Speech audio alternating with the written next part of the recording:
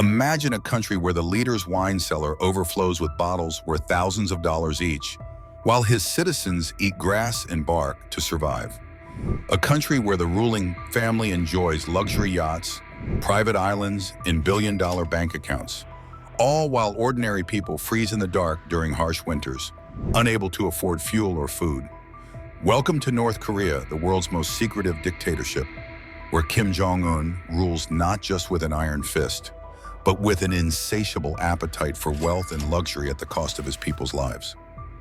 Let's peel back the layers of propaganda and secrecy to see how one man has built a hidden empire of riches, all while keeping millions and crushing poverty. The Kingdom of the Kims, a family business of wealth accumulation.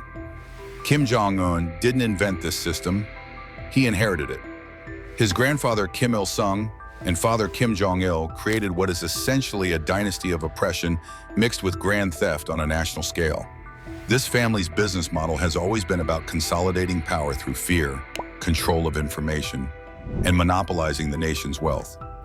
When Kim Jong-un took over in 2011 after his father's death, he didn't just inherit a country, he inherited an intricate network of secret bank accounts, luxury properties abroad, and a shadowy empire of illicit businesses.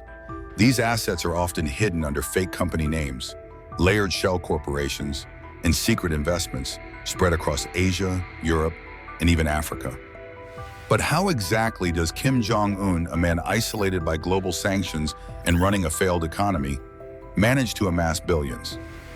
Illicit arms trade and cybercrime, the dark economy.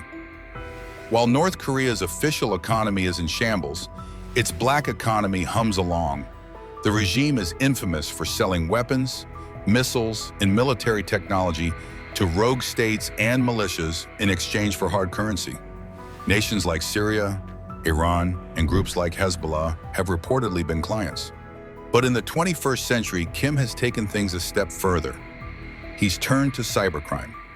North Korean hackers, some of the most skilled in the world, have been linked to major heists of banks and cryptocurrency exchanges. The most famous example?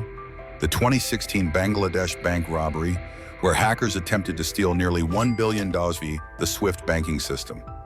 They got away with $81 million before being stopped. Cyber theft and ransomware attacks have brought in hundreds of millions, if not billions, helping the regime stockpile wealth in ways that are harder for the global community to track or freeze. Luxury goods despite sanctions, the smuggling networks. Ever wonder how Kim Jong-un gets his hands on imported cheeses, fine wines, Rolex watches, and Mercedes-Benz limousines when his country is cut off by sanctions? The answer lies in complex smuggling operations. North Korean ships change flags mid-voyage. Cargo is transferred from vessel to vessel at sea, and fake paperwork disguises the true destination of goods. China, Russia, and some African nations have been accused of turning a blind eye or quietly aiding these operations. And so, while the people of North Korea are forbidden from even dreaming of imported goods, Kim's palaces are filled with European furniture, expensive liquor, and Western gadgets. The Office 39 machine, Kim's secret money engine. Central to Kim Jong-un's wealth is an organization so secretive that its very existence is denied by North Korea. Office 39. This shadowy branch of the ruling Workers' Party manages slush funds worth billions. It oversees everything from counterfeiting foreign currency and drug production to selling rare minerals and managing joint ventures with foreign companies. Office 39 agents are tasked with bringing in hard currency at any cost. They run illegal operations overseas, set up front companies, and funnel profits back to Kim's personal accounts. According to intelligence reports, this money doesn't go to the people or the state budget. It goes into secret vaults and foreign bank accounts that only the ruling elite can access. Keeping the people poor, the tools of control. But here's the cruel twist. Kim Jong-un doesn't just grow rich while the nation suffers. He ensures the people stay poor on purpose. Poverty in this system isn't a failure. It's a feature. Why? Because desperate people are easier to control. Kim's government bans free markets unless they're tightly regulated. It sets impossible quotas for farmers and workers, then confiscates the harvest or the profits. The media is filled with propaganda about the greatness of the regime, while foreign radio stations and internet access are banned, so people can't compare their misery to the outside world. Food is used as a weapon. During famines, aid is diverted to feed the military and the elite, while ordinary citizens starve.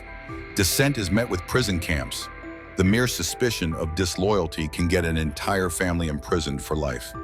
In this way, Kim Jong Un maintains a society where no one can rise too high, no one can challenge his rule, and no one can dream beyond survival.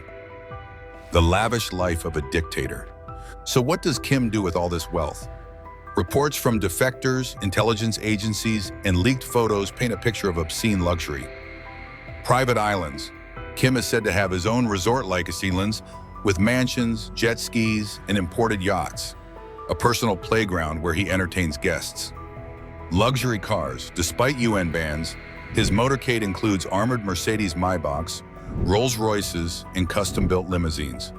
Kim reportedly has a cellar stocked with imported Scotch whiskey, cognac, and Bordeaux wines worth tens of thousands of dollars a bottle.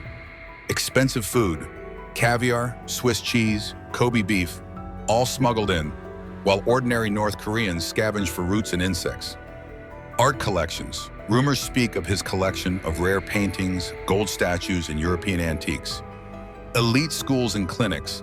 The Kim family and their inner circle have access to exclusive schools, hospitals, and facilities unavailable to the rest of the nation. The tragedy beneath the surface. Meanwhile, beyond the palace walls, the suffering is unimaginable. Malnutrition stunts children's growth. Blackouts plunge entire cities into darkness at night.